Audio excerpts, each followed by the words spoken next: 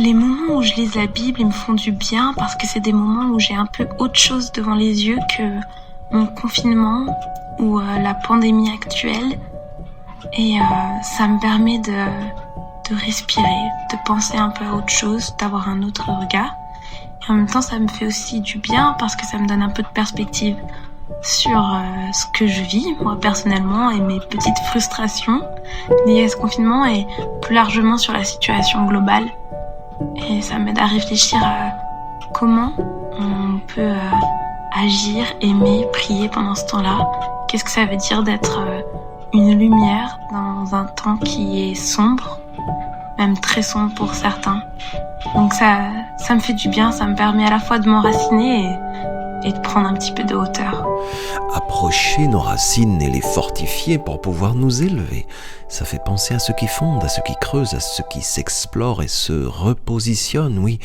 Comment apprenons-nous à agir, à aimer, à prier nouvellement dans ce temps lent du confinement? Quelles traces sommes-nous en train d'inscrire en nous de ceci? Nos racines, c'est là où notre cœur se penche pour trouver un peu de vrai, un peu de mémoire. C'est à portée de main, c'est à portée de nous, et particulièrement dans cette saison, oui, comment apprenons-nous à nous pencher lentement sur la part de trésor cachée dans la boue de cette pandémie? Ce que Marjo me dit m'intrigue. Je lui demande si elle veut bien me décrire ça. C'est pas facile de décrire mon sentiment pendant ce confinement parce qu'il est partagé. Je vis un confinement relativement facile dans le sens où on est dans une maison avec un jardin chez mes parents. Ma maman, elle garde un petit peu mes filles, ce qui nous aide un petit peu quand moi je dois bosser mes cours et quand mon mari doit travailler. Personne dans notre famille a de problèmes de santé actuellement. On est assez épargné par ce virus, donc on vit les choses assez paisiblement. Et en même temps, on est complètement conscient qu'il y a des gens qui vivent des situations d'une difficulté extrême. Et il y en a qui sont vraiment en souffrance actuellement. Donc c'est comme une part de moi est paisible et une part de moi est attristée. Donc c'est un peu un sentiment partagé que j'aurais du mal à décrire autrement. Et c'est ce qui imprime un drôle de mouvement dans nos pensées. De plus en plus, on commence à parler de déconfiner. La philosophe Pascal Seyss écrit ceci dans sa chronique ce matin. Demain, bientôt, un jour prochain, nous reprendrons le chemin du dehors et nous sortirons de nos coquilles. Entre-temps, nous aurons habité le monde et les mots autrement. Et oui, nous aurons ralenti le rythme de nos pas.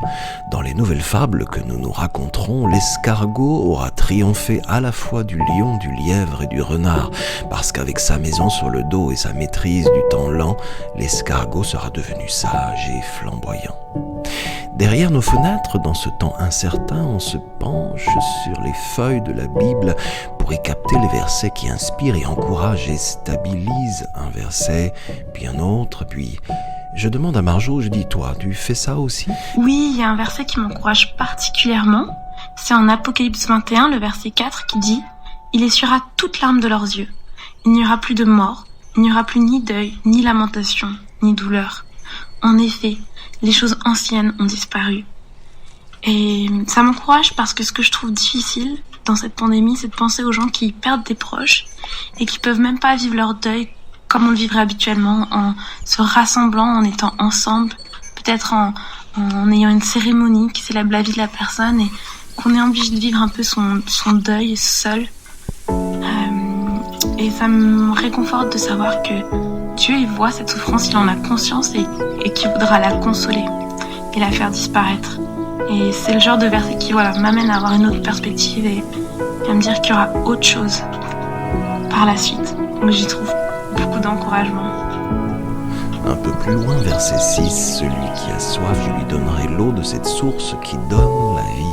Ce qui nous inquiète aujourd'hui, ce vide, cette absence, ce silence en creux, n'est-ce pas là en nous la signature d'une promesse flamboyante parce qu'infinie, une possible réinvention de nous-mêmes, un après lumineux? Nos cœurs organiques et transformables amorceraient dès maintenant un recommencement, mais en mieux. Attention, la Bible peut faire gravement du bien à la santé. Elle ne contient ni diluants, ni agents toxiques, ni substances allergènes.